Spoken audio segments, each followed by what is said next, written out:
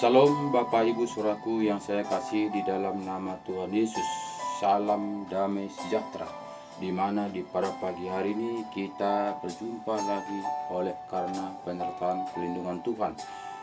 Bapak Ibu Saudaraku yang saya kasih di dalam nama Tuhan Yesus, di pada pagi hari ini juga kita akan membaca sebagian firman Tuhan, di mana di firman Tuhan untuk memberikan kita kekuatan dan memberikan kita pengertian akan jalan-jalannya Tuhan. Tanpa kita melakukan firman Tuhan, kita akan tidak mengerti jalan-jalannya Tuhan, bagaimana seharusnya kita menjadi anak-anak Tuhan. Jadi Bapak Saudaraku, sebelum kita membaca firman Tuhan, terlebih dahulu kita bersyukur kepada Tuhan. Mari kita sama-sama berdoa. Ya Bapa kami yang baik dalam kerajaan surga, kami mengucap syukur kepada Engkau ya Bapa, di mana Bapa Engkau telah membimbing, menopang, menyertai, melindungi, menyelamatkan kami pagi, siang, sore, bahkan di malam hari tadi kami tidur nyenyak, dan di pagi ini Engkau telah banguni kami dengan sehat walafiat. Itu semua Tuhan Yesus kami rasakan oleh tuntunan penyertaan firman-Mu. Engkau sangat baik, teramat baik, sehingga Engkau membanguni kami di pada pagi hari ini masih bisa menghirup udara yang segar. Bapa yang baik dalam Tuhan Yesus, pada pagi hari ini kami juga akan membaca sebagian firman-Mu. Engkau juga campur tangan Bapa, Engkau berkarya, Engkau membukakan rahasia firman-Mu, sehingga betul-betul Bapa firman yang kami baca betul-betul kami bisa mengerti dan bisa kami jalankan seturut dengan kehendak-Mu. Kami percaya Bapa, Engkau ulurkan Roh Kudus-Mu, ulurkan tangan-Mu Bapa, memenuhi kami dengan tuntun Roh Kudus-Mu, sehingga betul-betul Roh-Mu bekerja dalam diri kami dan betul-betul kami bisa mengerti, memahami kebenaran firman-Mu. Terima kasih Bapa, kami percaya Engkau berkati renungan pagi kami ini dari awal pertengahan akhir berjalan baik oleh tuntunan penyertaan firman-Mu. Kami percaya Bapa, Engkau juga campur tangan buat semua pendengar di mana saja pada saat ini yang menonton video ini, sehingga video ini menambah iman percaya di firman saya bagi Bapa tidak sia-sia begitu saja, tapi saya percaya Bapa firman saya bagi ini bertumbuh dan betul-betul Bapa berbuah dan betul memuliakan nama-Mu. Saya percaya Bapa Engkau berkarya. Terima kasih Bapa, terima kasih syukur Bapa Engkau begitu baik. Dalam nama Yesus kami berdoa dan bersyukur. Haleluya, haleluya, amin. Salam Bapak Ibu Saudaraku yang saya kasih di dalam nama Tuhan Yesus. Di pada pagi hari ini kita akan membaca firman Tuhan, bagaimana seharusnya kita melakukan perjalanan hidup kita di dalam dunia ini. Ketika kita masih dipercayakan Tuhan, kita hidup di dalam dunia ini untuk berkarya, baik juga untuk mencari kebenaran firman Tuhan, bagaimana seharusnya kita hidup di dalam dunia ini, di mana kita akan membaca firman Tuhan di 2 Timotius 3 ayat 10 mulai. Temanya iman bertumbuh dalam penganiayaan dan dalam pembacaan kitab suci. Jadi di sini katanya Bapak Saudaraku, kita hidup dalam dunia ini mengikuti Tuhan Yesus adalah kesusahan, adalah dihina orang, dicaci orang, diejek orang, diolok-olok orang. Itu sebagai bagian kita, yaitu menjadi pengikut Kristus. Jadi Bapak Saudaraku, jika kita tidak dituntun dengan Roh Kudus, pondasi kita tidak kuat, kita akan bimbang, kita akan erosi, kita akan porak-poranda. Kenapa? Karena tidak ada pondasi yang harus kita pegang. Tapi jika kita buat pondasi kita itu kuat, kokoh, yaitu firman kebenaran, kita tidak akan tergoncangkan oleh situasi akhir zaman ini. Karena kita melihat Bapak Saudaraku, tidak tahu kita manakah pengikut Kristus, manakah pengikut dunia. Saat ini hampir sama, hampir menyerupai. Dari itu Bapak Saudaraku, marilah kita kembali kepada firman kebenaran. Itulah membentengi kita, itulah membuat pondasi iman percaya kita, sehingga kita kuat, sehingga kita bisa melakukan seturut dengan kehendak Tuhan. Jika tidak kita mengandalkan firman kebenaran, kita membuat pondasi dalam kehidupan kita, tentu kita oleng, tentu kita pura-poranda karena akibat situasi, baik akibat lingkungan, baik juga akibat bagaimana tantangan pergumulan di akhir zaman ini. Jadi Bapak Saudaraku, harus kita kuat semangat kembali kepada firman Tuhan supaya kita itu mengerti jalan-jalannya, bagaimana sebetulnya kita ini menjadi anak-anak Tuhan, menjadi pejuang-pejuang untuk pemenang mendapatkan kehidupan yang kekal itu. Bapak Ibu Saudaraku yang saya kasih di dalam nama Tuhan Yesus, mari kita baca 2 Timotius 3 ayat 10 mulai. Katanya begini, tetapi engkau telah mengikuti ajaranku, cara hidupku, pendirianku, imanku, kesabaranku, kasihku dan ketekunanku. Jadi di sini Rasul Paulus mengajari kita supaya kita itu taat dan setia, bagaimana Rasul Paulus memberi contoh kepada kita di sini tadi kepada kita, tapi engkau telah mengikuti ajaranku, cara hidupku, pendirianku, imanku, kesabaranku, kasihku dan ketekunanku. Jadi sini Rasul Paulus menceritakan bagaimana penderitaan dialaminya untuk melakukan kebenaran firman Tuhan ini. Jadi Bapak Saudaraku, kita melihat bagaimana Rasul Paulus menderita. Jadi kita ini Bapak Saudaraku tidaklah tinggal diam.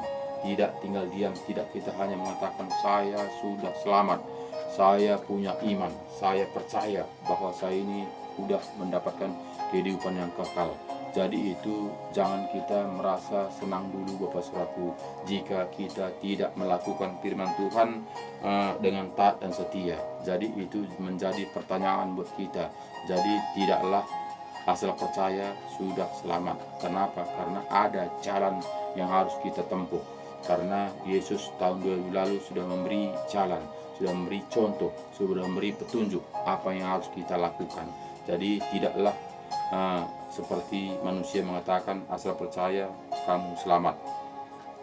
Jadi ayat 11 mengatakan kepada kita, engkau telah ikut menderita penganiayaan dan sengsara seperti yang telah kuderita di Antioquia dan di Iconium dan di Listari. Semua penganiayaan itu kuderita dan Tuhan telah melepaskan aku dari padanya. Jadi sini kita melihat bagaimana penderitaan Rasul Paulus untuk memberitakan firman Tuhan, tapi dia tetap mengandalkan firman Tuhan. Dia kokoh, pondasinya firman Tuhan, sehingga apapun godaan, tantangan, pergumulan yang dihadapinya dia lulus. Karena apa? Karena yang dipegang adalah pondasinya firman kebenaran. Jadi Bapak Saudaraku yang saya kasih dalam Tuhan Yesus, marilah kita kembali kepada firman kebenaran, yaitu Alkitab yang kita percayai sepenuhnya. Jangan dikurang-kurangi, jangan ditambah-tambahi, jangan dibumbu-bumbui Saudaraku. Jika kita bumbu-bumbui tentu tidak lagi aslinya. Jadi Bapak Saudaraku, jelas firman Tuhan mengatakan kepada kita tadi di ayat 12 mengatakan, memang setiap orang yang mau hidup beribadah di dalam Kristus Yesus akan menderita aniaya. Jadi kita tahu Bapak Saudaraku, semua manusia yang mau sungguh-sungguh datang kepada Tuhan, melakukan firman Tuhan dengan taat dan setia, maka di sini katakannya tadi ada 12, memang setiap orang yang mau hidup beribadah di dalam Kristus Yesus akan menderita aniaya. Jadi jika pondasi kita tidak kuat Bapak Saudaraku, tentu kita erosi, tentu kita akan gugur di perjuangan. Kenapa? Karena tantangan, pergumulan, masalah yang kita hadapi begitu luar biasa.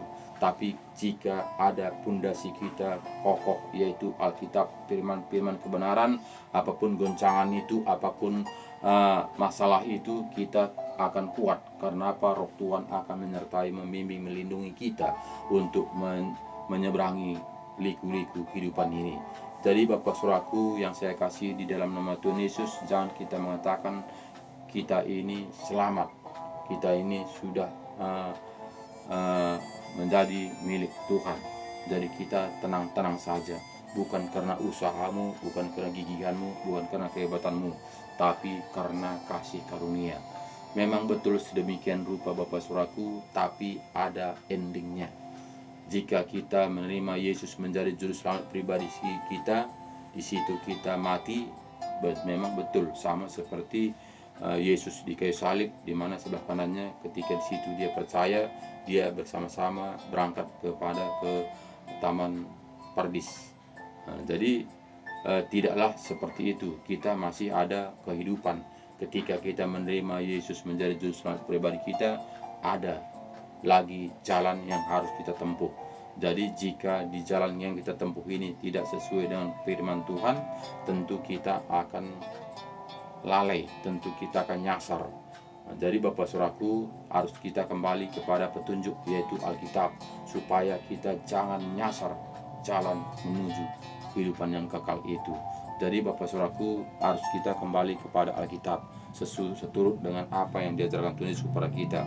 Memang setiap orang yang mau hidup beribadah di dalam Kristus Yesus akan menderita aniaya, sedangkan orang jahat dapat dan penipu akan bertambah jahat. Mereka menyesatkan dan disesatkan. Jadi katanya sini Bapak Saudaraku, kita lihat orang jahat makin jahat.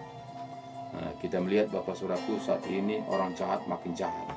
Jadi banyak orang disesatkan katanya Bapak Saudaraku. Jadi harus kita sadar sekarang ini siapa kita, supaya kita jangan diombang-ambingkan situasi dunia ini, supaya kita jangan erosi terikut arus dengan dunia ini. Karena apa Bapak Saudaraku? Karena kita melihat pada saat ini Bapak Saudaraku, tidak ada kita tahu nampak bedanya, manakah itu pengikut Kristus, manakah itu pengikut dunia. Jadi harus ada bedanya Saudaraku, di mana hitam menjadi putih, berarti ada bedanya. Jadi setiap sisi kita itu ada bedanya, di mana Yesus mengajarkan kepada kita, kasihilah sesama manusia seperti dirimu sendiri. Bahkan juga katakannya, doakanlah musuh-musuhmu. Itulah bedanya Saudaraku. Jadi kita tidaklah sama seperti dunia. Dunia mengatakan jika ada musuhnya, aku satu matahari aja pun maunya kalau bisa tidak, dia mengatakan. Tapi kita yang diajarkan Tuhan Yesus mengatakan kepada kita, kasihilah musuhmu, bahkan doakan dia. Jadi sangatlah bertentangan Bapak Saudaraku. Jadi jika kita tidak berjalan seturut dengan kehendak Tuhan, kita undang Roh Kudus masuk dalam hati kita, kita tidak akan mampu. Jika kita hanya mengandalkan dengan kekuatan kita, mengandalkan dengan logika kita, mengandalkan dengan daging kita, kita tidak mampu untuk membela kebenaran firman Tuhan. Kenapa? Karena daging ini sangatlah lemah, sangatlah empuk santapan setan. Jadi Bapak Saudaraku, jika kita mengandalkan daging kita, mengandalkan kekuatan kita, mengandalkan kehebatan kita, pasti kita akan gugur. Karena apa? Karena kita ini tidaklah ada apa-apanya. Bayangkan Tuhan Yesus saja dicobai oleh setan, apalagi dah manusia begitu tidak tahu apa-apa, tidak ada kuasa apa-apa. Bagaimanalah empuknya santapan setan jika kita tidak berdiri di dalam firman kebenaran dengan fondasi Alkitab. Jadi Bapak Saudaraku, harus kita sadar, jangan kita merasa kita yang sudah kuat, jangan kita merasa kita sudah hebat, tanpa kita dengan dasari oleh firman kebenaran.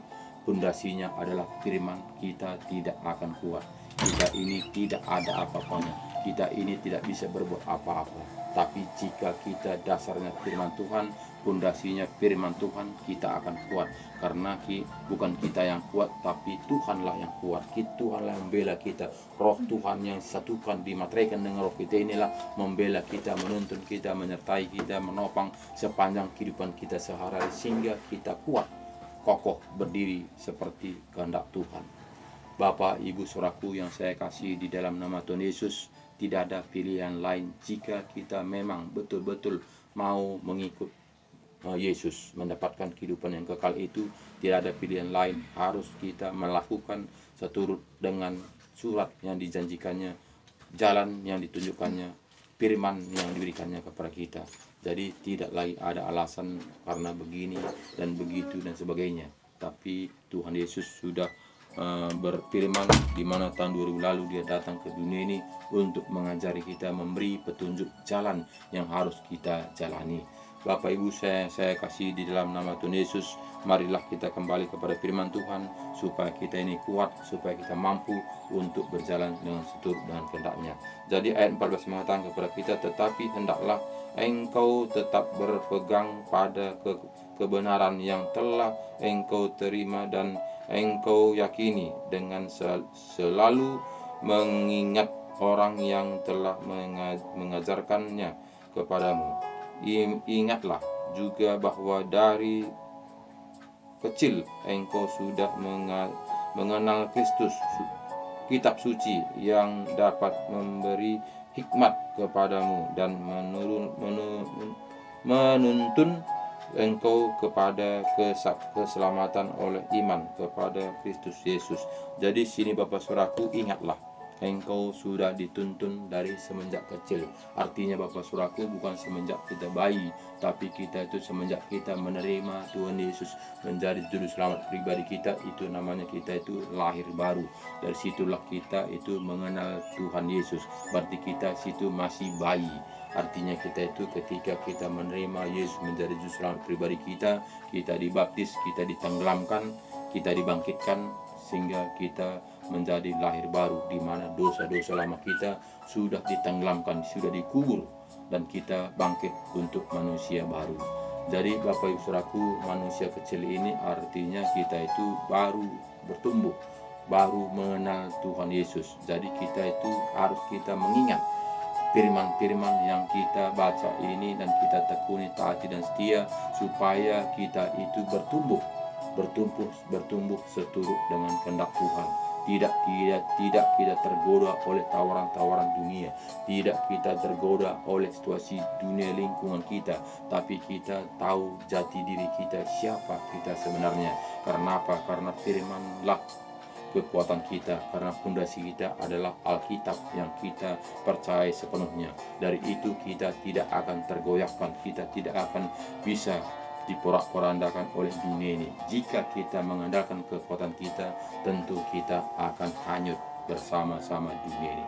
Bapak Ibu Saudaraku yang saya kasih di dalam nama Tuhan Yesus, sangat jelas firman Tuhan ini mengatakan kepada kita supaya kita ini super hati-hati, waspada. Karena apa? Karena firman Tuhan mengatakan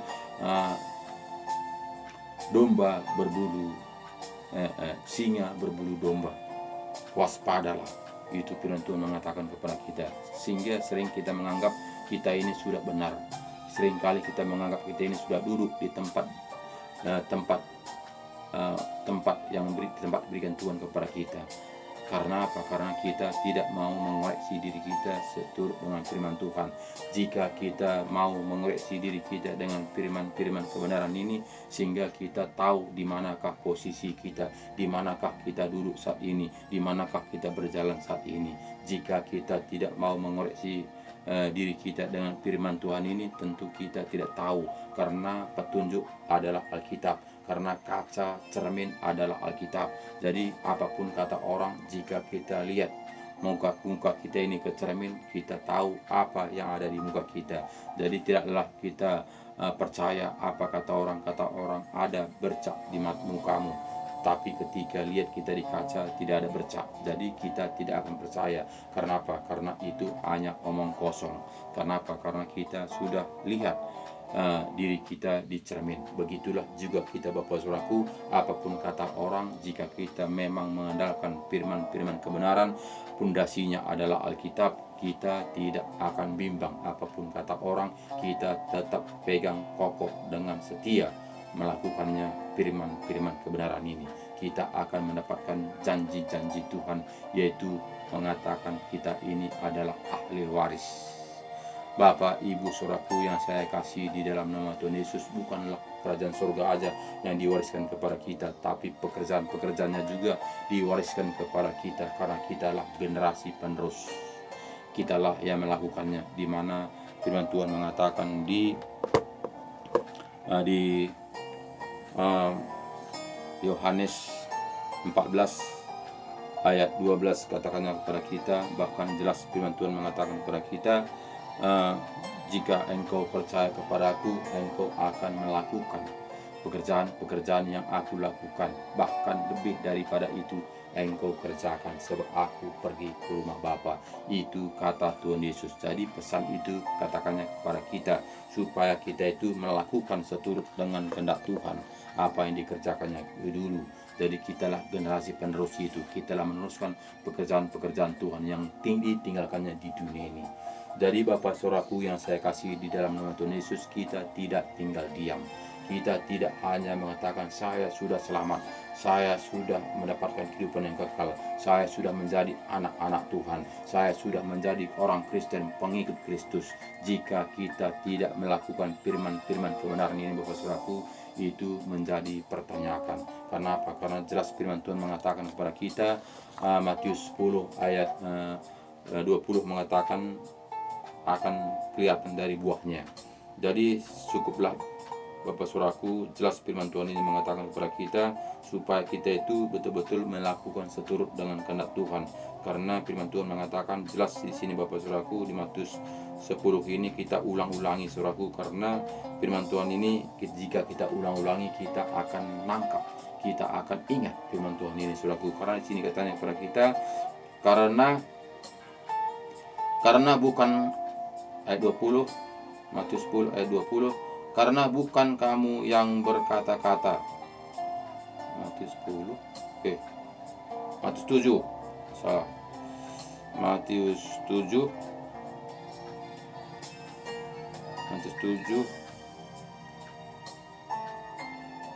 ayat 10. Matius 7 ayat 20.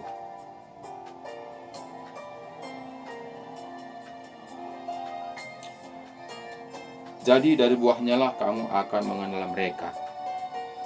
Bukan setiap orang yang berseru kepadaku Tuhan, Tuhan akan masuk ke dalam kerajaan surga, melainkan dia yang melakukan kehendak Bapa-Ku yang di surga. Jadi sangat jelas Bapak Saudaraku, bukan setiap orang yang datang ke gereja berseru kepada Tuhan. Tuhan, Tuhan, bukankah aku berbuat nabi namamu? Di sini katakan bukan setiap orang yang berseru kepadaku Tuhan, Tuhan akan masuk ke dalam kerajaan surga, melainkan dia yang melakukan kehendak Bapa-Ku yang di surga.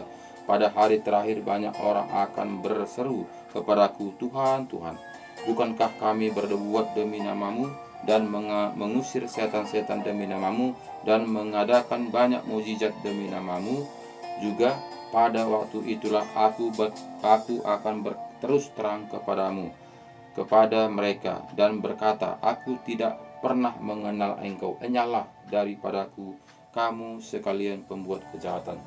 Bapak Ibu Saudaraku yang saya kasih dalam Tuhan Yesus, jika kita membaca firman Tuhan tadi di Matius 7 ayat 20 dari mulai, kita situ mengetahui bahwa dia itu sudah menjadi pelaku firman, di mana dia berdoa dalam nama Tuhan Yesus, mengusir setan dalam nama Tuhan Yesus, mendoakan orang sakit dalam nama Yesus. Tapi kenapa Tuhan mengatakan, enyahlah kepadamu engkau pembuat kejahatan, aku tidak mengenal engkau? Kenapa Tuhan Yesus mengatakan seperti itu? Karena dia tidak menjadi pelaku firman.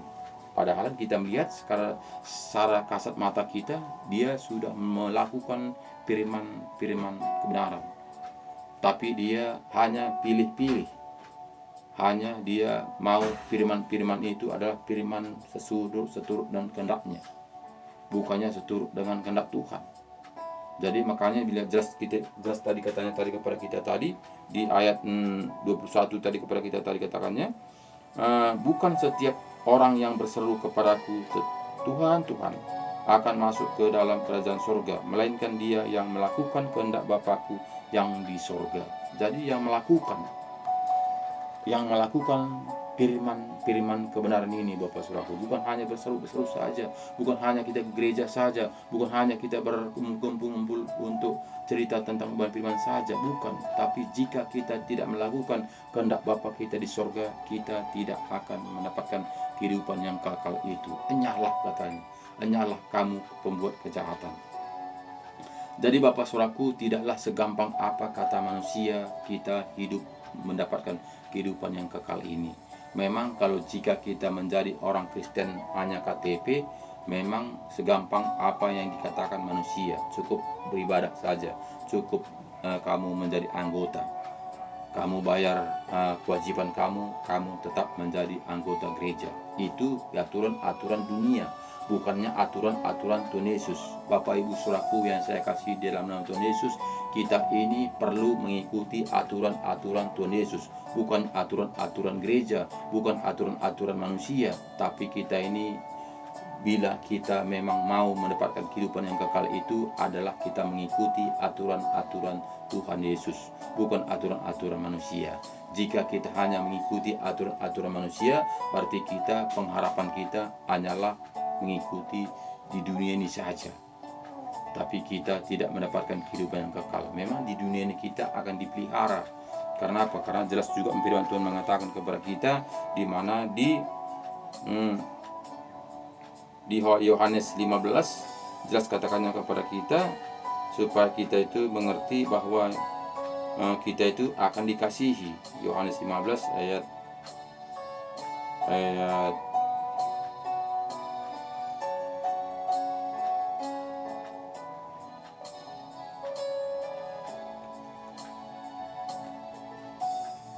Yohanes sebab seperti Bapak Yohanes 15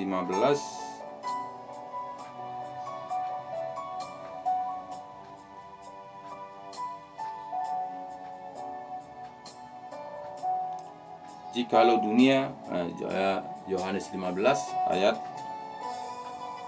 18, jika dunia membenci kamu, ingatlah bahwa ia telah lebih dahulu membenci aku daripada kamu. Sekiranya kamu dari dunia, tentulah dunia mengasihi kamu sebagai miliknya. Tetapi karena kamu bukan dari dunia, melainkan aku telah memilih kamu dari dunia, sebab itulah dunia membenci kamu.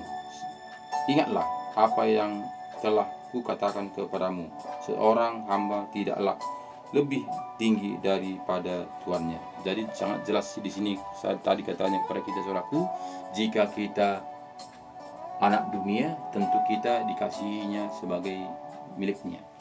Tapi Tuhan mengatakan kepada kita bukanlah anak dunia, melainkan aku telah memilih kami dari dunia untuk menjadi anak-anak Tuhan.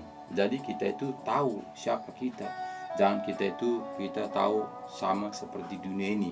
Bahkan kita ini sudah dipilih.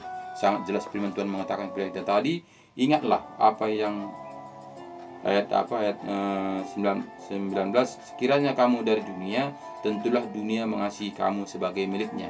Tetapi karena kamu bukan dari dunia, melainkan aku telah memilih kamu dari dunia, sebab itulah dunia membenci kamu. Jadi kita dibenci oleh dunia ini Bapak Saudaraku. Kita akan dikata-katai, kita akan dicaci, kita akan diejek, kita akan diolok-olok, kita akan dipitnah. Kita harus siap. Karena apa? Karena Bapak kita juga seperti itu. Yesus bagaimana kita melihat dia penderita semenjak lahir sampai dia meninggalkan dunia ini, penderitaan. Jadi kita ada anaknya, kita mengatakan Kristen, pengikut Kristus. Jadi kita nggak bisa tenang jika memang kita menjadi pengikut. Mengikut itu artinya kita itu mengikut apa yang diajarkan Tuhan Yesus kepada kita. Jadi kita itu tidaklah hidup tenang, tidak seperti dunia ini, semaunya apa maunya, bersenang-senang, berleha-leha, berpesta pora dan sebagainya, menikmati dunia ini. Kita beda. Makanya Bapak Saudaraku, firman Tuhan mengatakan lebar ke api neraka, sempit ke jalan ke surga. Jadi Bapak Saudaraku, tidak kita bisa memilih dua-duanya. Kita memakai dunia, kita juga mengikut Tuhan, gak bisa. Harus kita pilih salah satu, mengikut dunia atau mengikut Tuhan, sempit atau lebar. Itu kita yang menentukannya. Jangan kita mengatakan itu suka-suka Tuhan lah, mau tahu kemana aku terserah dia, mau lemparkannya ke laut, ke neraka, kemana lemparkannya, itu urusan Tuhan, bukan urusan aku. Itu mati konyol namanya. Kenapa? Karena Alkitab sudah menjelaskan kepada kita, firman Tuhan sudah terang, sangat dijelaskan di situ, sangat detail. Kenapa kita tidak mau tahu?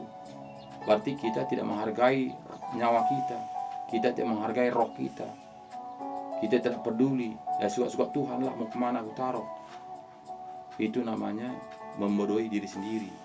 Itu namanya cara setan. Setan mengatakan tenang saja kamu, yang kamu percaya saja. Itu setan mengatakan supaya kita bersama-sama dibakar. Jadi Bapak Saudaraku yang saya kasih dalam nama Tuhan Yesus, jangan mau diobok-obokkan oleh penghuni dunia ini Saudaraku. Jangan kita mau dipengaruhi tunjukkan jati diri kita, siapa kita sebenarnya.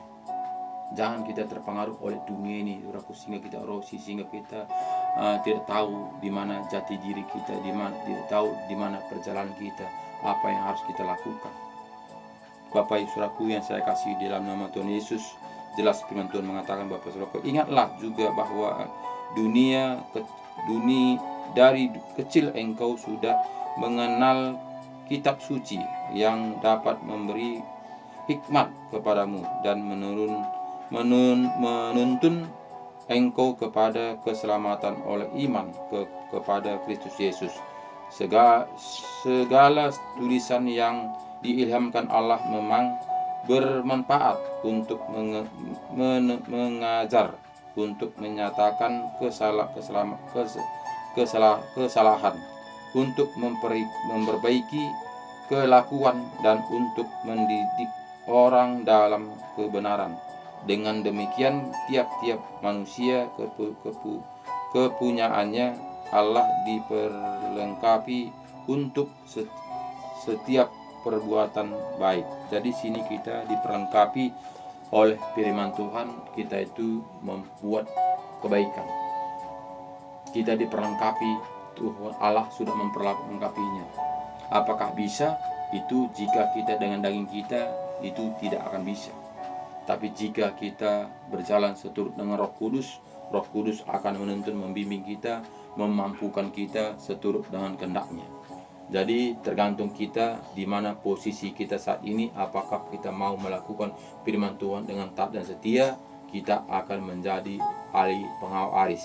Jadi artinya ahli waris itu bukan hanya ahli waris surga saja, dunia juga kita adalah ahli waris. Artinya kita itu mengikuti jejak Tuhan Yesus, mengikuti pekerjaan Tuhan Yesus yang ditinggalkannya dunia ini. Kitalah meneruskannya, karena kitalah adalah ahli waris, kitalah anak-anaknya. Jadi Bapak Saudaraku, kita tidak tinggal diam. Kita itu bersaksi kepada orang banyak bagaimana baiknya Tuhan Yesus itu, dan menjanjikan bahwa Dia menjanjikan mendapatkan kehidupan yang kekal. Banyak saat ini Bapak Saudaraku hanya ikut-ikutan saja. Beribadah dia, ke gereja orang ke gereja dia, tapi tidak mendapatkan bagaimana seharusnya mendapatkan kehidupan yang kekal itu. Menganggap asal kita mengaku menjadi anak-anak Tuhan, kita itu sudah mendapatkan jatah, mendapatkan ahli waris, yaitu mendapatkan kehidupan yang kekal. Jadi Bapak Saudaraku, kita jangan ditipu oleh dunia ini, tapi marilah kita berbalik kepada firman kebenaran, yaitu Alkitab yang kita percaya sepenuhnya. Jangan ditambah-tambahi, jangan dikurang-kurangi, supaya betul-betul kita mendapatkan seturut dan kehendak Tuhan. Bapak Ibu Saudaraku yang saya kasih di dalam nama Tuhan Yesus, tidak ada pilihan lain jika kita memang betul-betul ingin mendapatkan kehidupan yang kekal itu.